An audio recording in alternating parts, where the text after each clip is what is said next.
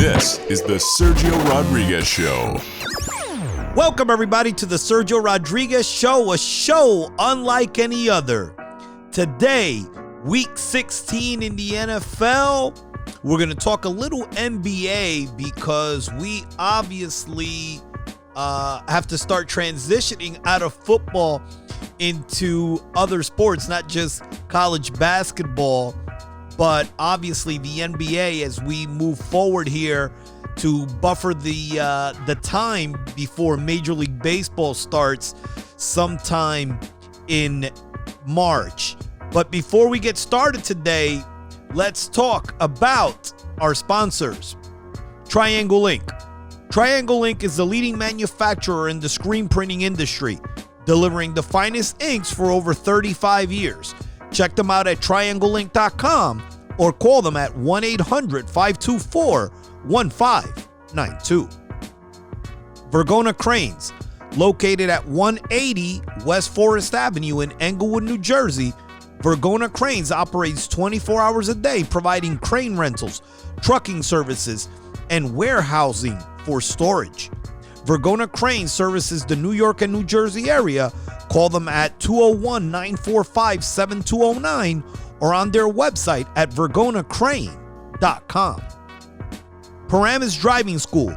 Safety and professionalism begins with Paramus Driving School, serving the North Jersey area like no other.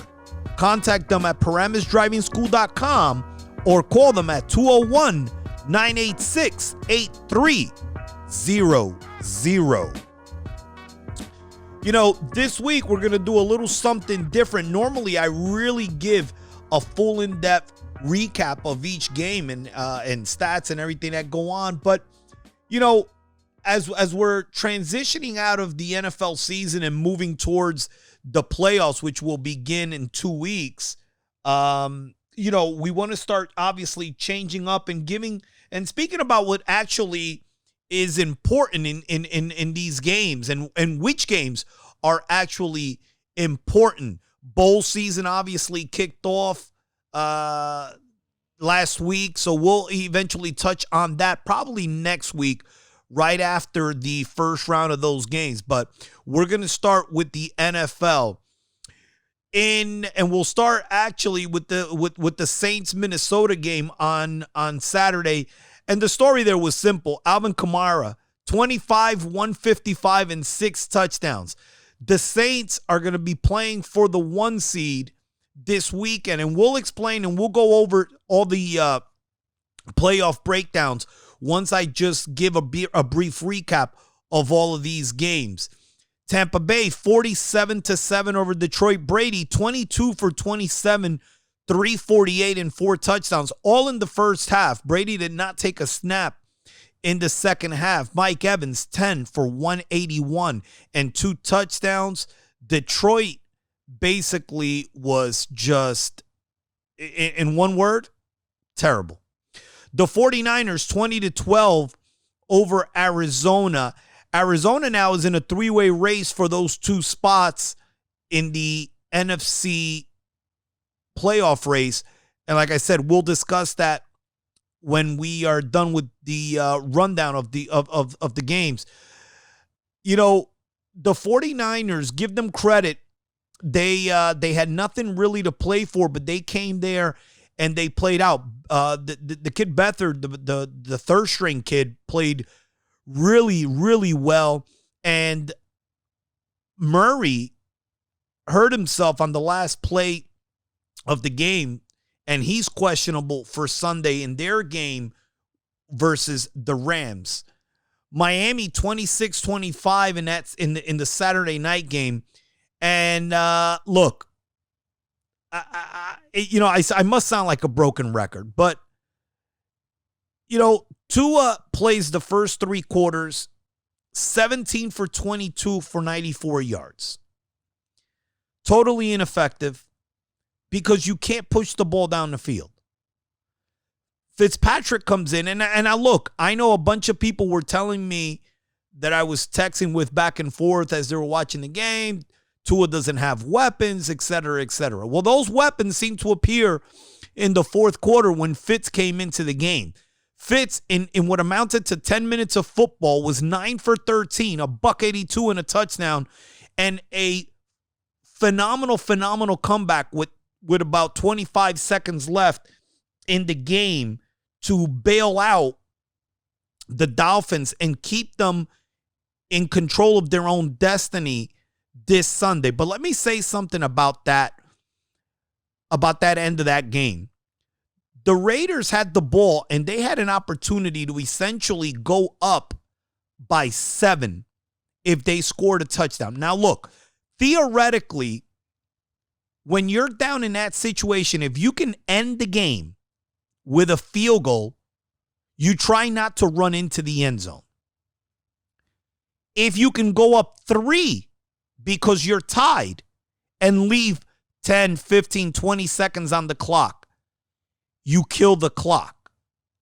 But you can't not score that touchdown and then go up 2.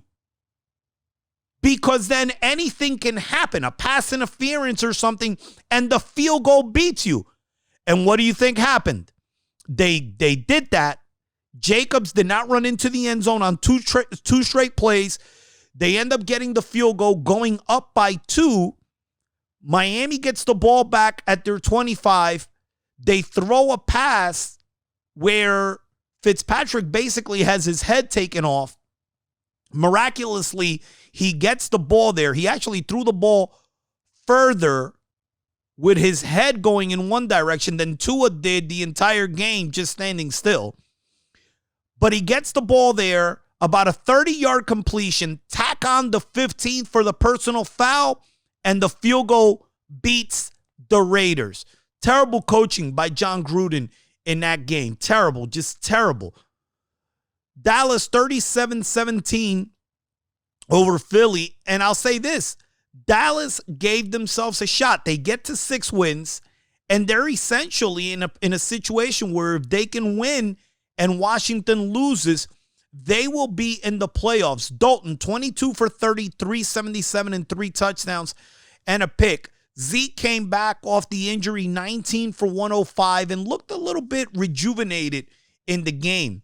Gallup, 6 catches for 121 and 2 touchdowns. Philadelphia's season is over. The Chiefs, 17-14 over Atlanta. The only storyline that really came out of this game, well, 2. 1, the Chiefs keep on playing close games. I've been saying this now for about 4 or 5 weeks. They're winning, and they're good, but they let people hang around. They also clinched the number 1 seed in the AFC playoffs, so everyone is going to have to go through Kansas City if they're going to get to the Super Bowl. The Jets, 23-16 over Cleveland. Now, Cleveland did play without their top 4 wide receivers, and it was evident. They really couldn't move the ball. They were in a situation where they were basically throwing to backs and tight ends. But give the Jets credit. Again, 2 weeks ago, everyone is making plans for the number 1's pick.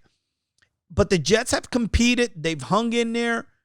And, you know, Baker Mayfield did have 2 huge fumbles in this game. But I think this goes to show a lot of people who always talk about tanking and, you know, playing for the number 1 pick and stuff like that, how this stuff does not ever deal with the players. The players never, particularly in football, because you can get hurt if you start going out there and playing half speed to lose. And not to mention that players don't care. You think Sam Darnold's out there thinking that they could bring in another quarterback to replace him? He doesn't care. Nobody thinks about that other than the fans. Now, in basketball, it's a little bit different because you can control rotations, and they have this time management thing, this health management thing that they want to do, that where they keep players out. But in football, forget about it. And kudos to the Jets for going out there and competing. Pittsburgh 28-24 over Indianapolis. And look, Pitt was down 21-7 at the half, 24-7 out of the half, and they battled back. But what have I been saying about Pittsburgh? They will not win against a good team in the playoffs consistently because they can't run the ball. And Sunday was no different. I mean, they only ran for 20 yards. Big Ben just got hot in the second half. The offensive line protected, and they came back and won the game 28-24. Now, Roethlisberger's not going to play this upcoming weekend because they're going to just rest him. They're basically locked into the 2 or the 3, so they're just going to rest him, and they're going to roll from there. Indianapolis needs help now to get in. They need to win, and they're going to need a loss by either Miami, Tennessee, Baltimore, or Cleveland. But again, we'll go over that in a little bit. The Bears, 41-17 over the Jaguars. The Bears are now in a situation where if they win, they get in. Mitch is 6-2. I'll tell you what, Trubisky catches a lot of flack. And I made this point to somebody the other day. Tua is 6-2 with Miami. Can't pass the ball for more than 160 yards a game, and he's considered a lifesaver and the future of that franchise. Trubisky is the same 6-2 this year. This team just scored 30 points for the 4th game in a row. First time that they've done this since about the 50s. And everybody is trying to run out Mitch Trubisky from Chicago. The Ravens 27-13 over the Giants. The Ravens are again in a win and in situation. The Giants are in a win and hope for a Washington loss situation to get in. When the Giants beat Seattle a bunch of weeks ago, I told everybody that that win wasn't as good as people were making it seem because Seattle was not playing well at the time, and they really have not beaten anybody to that point, they really had not beaten anybody other than the Dolphins. But I also said that the biggest thing the Giants should be worried about was their inability to score and to put the ball in the end zone. They had the 30th ranked offense in the league, 30th or 31st at that time. In the last 5 games, the Giants have scored 19, 17, 7, 6, and 13 points. That's not going to get it done. That's not going to get it done. The Bengals 37-13 over Houston. Give the Bengals props, man. 2 weeks in a row, they've just been playing hard, really hard, and credit to them because they've been not only playing hard, but they've been doing it without their franchise quarterback who got hurt and has missed basically most of the second half of the season. The Chargers 19-16 over Denver. The Chargers are actually 6-9, which is incredible to me because they have 10-win talent. Let's just hope that the new coach that comes in to replace Anthony Lynn catches a healthy squad next year because that team should be making the playoffs. Carolina 20-13 over the Redskins. Not the Redskins, the Washington football team. Holy smokes. Listen, I should get a reprieve for about 2 years for that. Washington in a win and in situation next week. This week, after the game or the day after, they cut Haskins, and they're most likely going to play Tyler Heineke, the kid from Old Dominion, at quarterback because Smith might not be able to go. Yeah, they're going to have their work cut out for them, and they're on the road at Philadelphia. Seattle 20-9 over the Rams. Seattle wins the division now, and the Rams lose golf. That was really the story of that game. The Rams are now in a win and in situation, and we'll speak about that in a little bit. Green Bay 40-14 over Tennessee. Rodgers sealed the MVP. I'll tell you, he throws the ball better, and his offense moves better in the snow, in a blizzard, than the Giants' offense does in 70-degree weather in Jacksonville if you put them there. Dillon, the running back kid from D.C., 21 for $124 and 2 touchdowns. Devontae Adams continues to have a phenomenal season. 11 for 142 and 3 touchdowns. I think I saw somewhere that he's 1 touchdown short of tying Sterling Sharp's team record for 18 touchdowns. The Bills 38-9 over the Pats. And the story here, Josh Allen. Josh Allen is a bad man, boy. I tell you, 27 for 36, 320, 4 touchdowns, and he could have had a lot more, but they pulled him in the fourth quarter. Diggs, 9 for 145 and 3 touchdowns, and Diggs has been a huge addition to this team. I mean, just incredible. He just has transformed this team in an incredible fashion. He's given them that playmaker, that guy that could go over the top of the defense.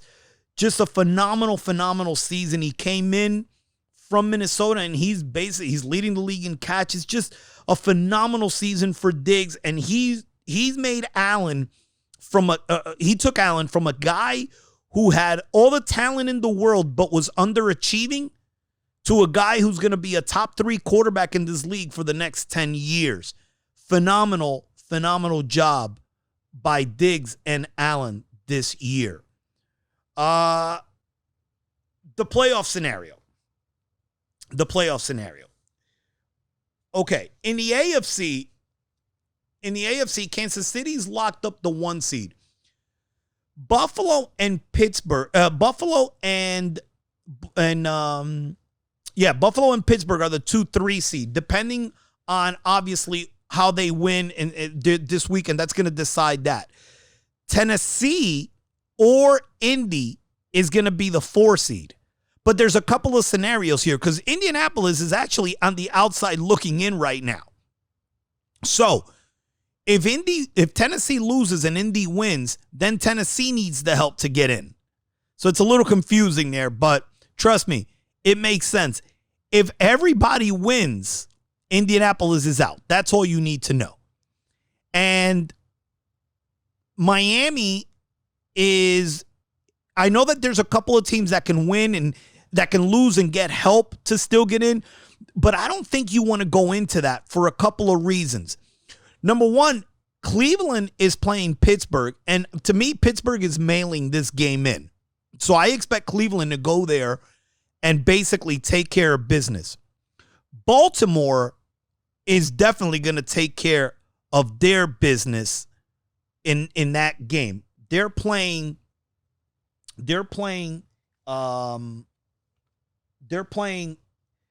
in Cincinnati, but they're a 12-point favorite in Cincinnati. So they're going to be basically primed to handle that game. I don't see them losing.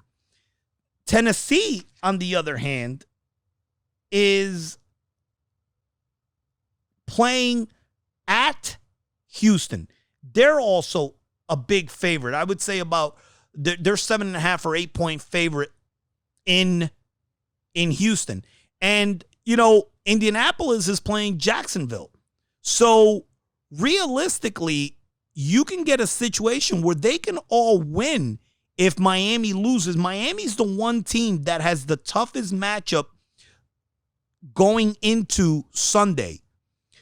So that if you're them right now, you're the one team that I would say has to win because you might not get help if you lose.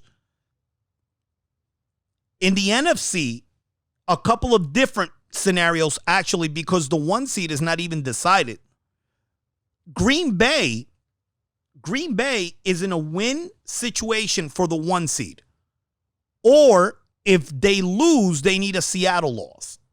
New Orleans can get the 1 seed. They need to win actually the way to get it is they win, Green Bay loses, and Seattle wins. Seattle's in a situation where if they want the 1 seed, they need to win, and they need Green Bay and New Orleans both to lose. Tampa Bay's basically locked in to the 5 seed. The 4 seed is going to be the NFC East winner. How is that situation? Very simple. Cowboys and Giants play at 1 o'clock. The winner of that game will be watching the 8 o'clock game between the Washington football team and the Eagles. If the Eagles win, the winner of that Cowboys-Giants game gets in. If Washington wins, regardless of what happened in that Dallas-Giants game, Washington gets in. If you want to get tricky or funky with that, a tie favors the Cowboys. The Giants cannot tie that game. That's very important to know because as the game goes down the stretch, the Cowboys can play for a tie. Because if they tie that game, they're basically in the same situation where a Washington loss gets them in. So the Cowboys have multiple ways to get in. The Giants basically need to win and obviously get Washington to lose. The Rams, Bears, and Arizona are battling for that last playoff spot there. How's that going to work? Well, if the Rams win, they're in. Now, if the Rams lose, they need the Bears to also lose to get in. The Bears, who right now are the 7th seed, are in a win and in situation. They can also get in with an Arizona loss if obviously they if they win and Arizona loses, obviously they are in. Ironically, that game, that Arizona game with the Rams is probably could be played with 2 backup quarterbacks.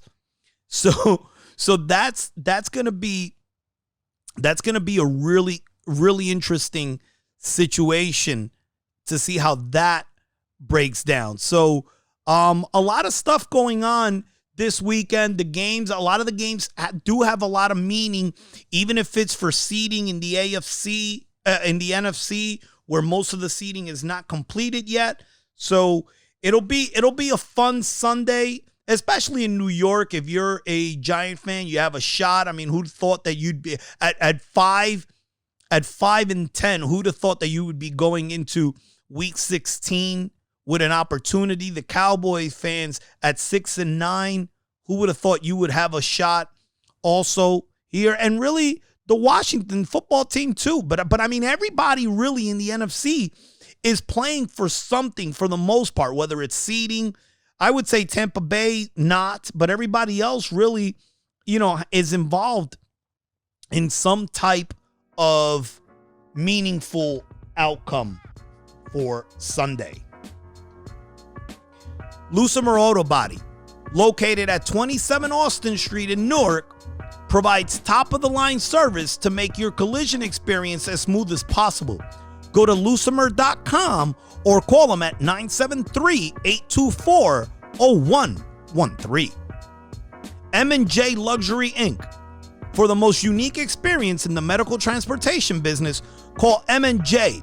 Located in New York City with over 1,000 cars at your disposal, call them at 718-278-2222 or 914-484-7264. The NBA got started, and a couple of notes, a couple of things that have jumped out at me, during the first week and a half of the NBA season, that, is noteworthy, let's say. Ja Morant actually got hurt yesterday.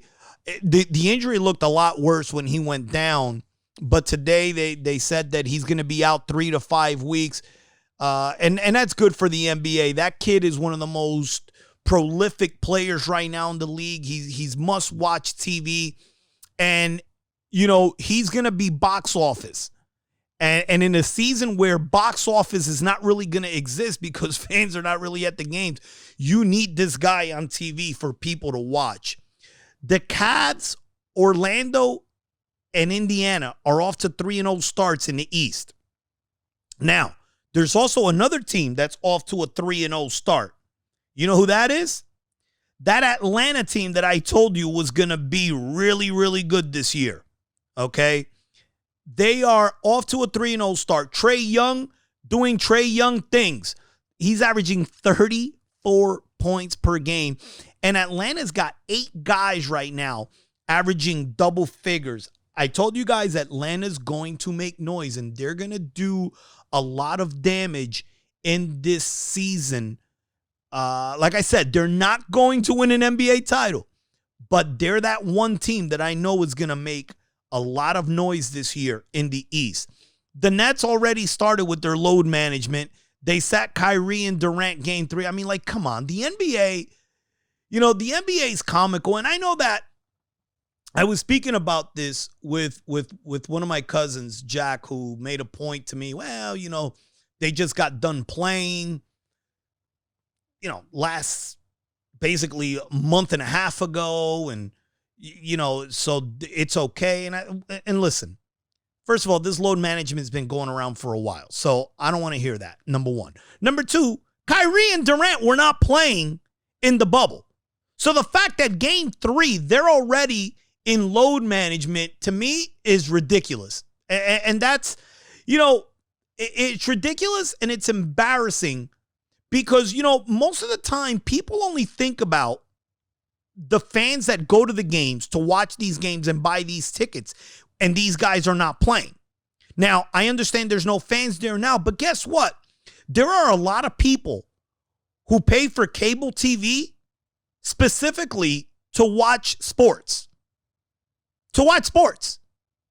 And the NBA consistently slaps these people in the face with this load management garbage. Because that's what it is. It's garbage. You need load management. Baseball players play 162 games in 181 days. But these guys can't play 3 games in a week? The Nets also lost Spencer Dinwiddie for the season with a torn ACL, which, is going to hurt because Dinwiddie can play, but the Nets, they're deep. And listen, realistically, they're going to go as Kyrie and Durant go. And I'm sure they'll make a move to add some help as the season goes along because they're going to be in the mix. The West is going to be very competitive. What I've been noticing early on with these games is that because of the load management, which a lot of teams are going to utilize, because, it's the NBA, and teams not being in sync just yet, and, all this stuff, it seems like the season's rushed right now. A lot of the teams that have better chemistry but are not as talented are going to get out to some early wins. Those early wins could make a difference in the 7-8 seed, right? Somebody really good might be left out because they're going to give up some wins early in the year. But it's also going to bunch up the top, the 1 through 5, because, again, they're giving up a lot of wins early. That's something to keep an eye out on. Harden, we can criticize him all we want for the way he plays and basically acting like a child in Houston. But what we can never talk about is his play. My Lord, he's averaging 39 and 12 and a half assists. Bradley Beal, 33 points per game. That's jumped to me too. Beal's a kid that can really fill it up. I'm going to tell you right now, the rookie of the year is going to be the kid Wiseman in Golden State. 2 reasons. Number one, the class is weak. And I said this on draft night when I spoke about the draft. The draft was weak. Number 2, Wiseman's legit good, but he's also going to have a lot of opportunity, being on Golden State. He's averaging 15 and 6 right now. And I'll tell you what, if he can make his free throws, he'll be at about 18 to 20 points a game. He's going to get a lot of opportunities. A backcourt to keep an eye on that, again, early, and they're undefeated, and I know they're at the Knicks. Oh, they're home to the Knicks tonight, is the Cleveland backcourt. Colin Sexton and the kid Garland from Vanderbilt, who was a top pick last year, are averaging damn near 45 points a game. Shooting the ball well, and making good decisions. I'm very impressed with those guys early in the year through 4 games. Fairfield Physical Therapy, located in the Fairfield Commons Suite G106, is owned and operated by Justin Solotov, who has 20 years of experience in the field of orthopedic physical therapy. Call Justin at 973-276-1313 and stop living with pain and discomfort. Epic Car Service, recognized as the #1 car service in New York City by medical transportation standards, located in the Bronx, New York, Epic Car Service will make your commute a safe and comfortable experience. Call Epic at 718-401-3742 or at 844-666-6278. The gambling portion of the Sergio Rodriguez Show is brought to you by Stan Sports Center. Stan Sports Center is your local full-service authorized team dealer for all of your favorite sports brands. Family owned and operated, Stan's has proudly supplied apparel, uniforms, equipment, varsity jackets, and much more for the entire tri-state area since 1946.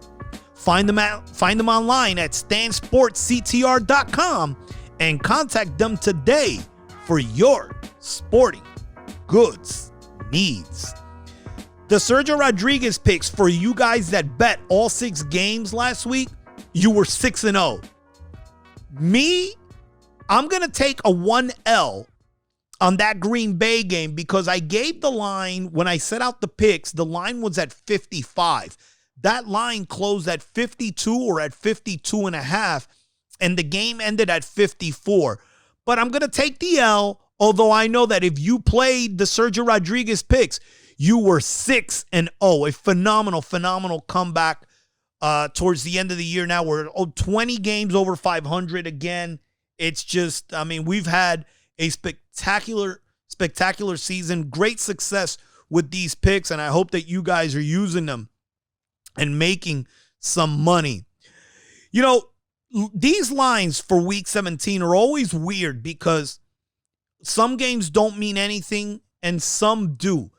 Let's go over, and some of them, even if they mean something, guys aren't playing certain players. So let's look at some of these lines to finish up the show here. Washington's a 2-point favorite in Philly. If that line stays that same, now that line opened up as Philly as a 4-point favorite. If that line stays the same, I like Philly. But like I told you guys, you got to be careful this week 17. And as you're gambling, be careful with some of these lines. You're probably better off betting some bigger numbered favorites than you are betting traditionally with your smarts. Indianapolis is a 14-point favorite over Jacksonville. Again, what that line is telling you is Indy has to win. Now, they're going to win, but the question is, how hard does Jacksonville play? If you're Jacksonville right now, you can do what you have to do. It's not going to affect the draft pick scenario because the Jets won, so you're basically locked in to the 1 seed. Green Bay's a 5.5-point favorite on the road at Chicago. Tricky game because that game is at 4:30, right? So what happens is New Orleans is playing at 4:30. They're vying for the 1 seed. Seattle's playing at 4:30. They're vying for the 1 seed. But if those games are lopsided in one direction or another, or they're losing, Green Bay might take their foot off the accelerator, but we'll see how that goes. Dallas is a 3-point favorite in New York. Another game that opened up as the Giants are 3.5-point favorite. You basically have a 6.5-point flip on that line. If the line stays at 3, I like the Giants in this game. If the line goes to 4, bet the Cowboys. Cleveland is a 10-point favorite at Pittsburgh. I'm going to tell you Cleveland wins by 3 touchdowns. Book it because they have to. And Pittsburgh is not going to risk an injury when they're locked in to a home game, and really going after the 2 seed means nothing because there are no fans. Tennessee's a 7.5-point favorite at Houston. I expect Tennessee, especially coming off the debacle in Green Bay, to roll at Tennessee. New Orleans is a 6.5-point favorite against Carolina. Again, they want the 1 seed if they have an opportunity, so I assume they're going to play. The Patriots are a 3-point favorite at home against the Jets. You don't know what you're going to get here. I would probably tell you, if you're going to touch that game, the under's the way to go. Minnesota's a 7-point favorite on the road at Detroit. Again, meaningless game. You don't know what to expect. My guess, expect a lot of points. Tampa Bay is a 6.5-point favorite against Atlanta. Another game where you have no idea what you're going to get because neither team is playing for anything. You could get a game where Brady comes in for 2 drives and then doesn't play. You really don't know how they're going to handle that. Baltimore is a 12-point favorite on the road at Cincinnati. They have to win, but Cincinnati's been playing hard. Be careful with that game. Buffalo's a pick'em after last night's win. That game was a 5.5-point spread when it opened, and it went down to a pick'em after Buffalo won last night. So keep your eye on that game if you decide to bet it. The Chargers are a 3.5-point favorite. Now look at this. This is what I mean. The Chargers are a 3.5-point favorite in Kansas City. 2 weeks ago, the line for that game, Kansas City's probably an 11-point favorite. So go figure. As you're gambling this week, just remember that. Seattle's a 5.5-point favorite at San Francisco. Vegas is a 2.5-point favorite in Denver. I like Denver in that game if that line stays like that. And the last game on the board, the Rams are a 5-point favorite over Arizona in a game, like I said, where you might get 2 backups. Well, everybody, we've come to the conclusion of another show. And remember that the Sergio Rodriguez Show is a show unlike any other.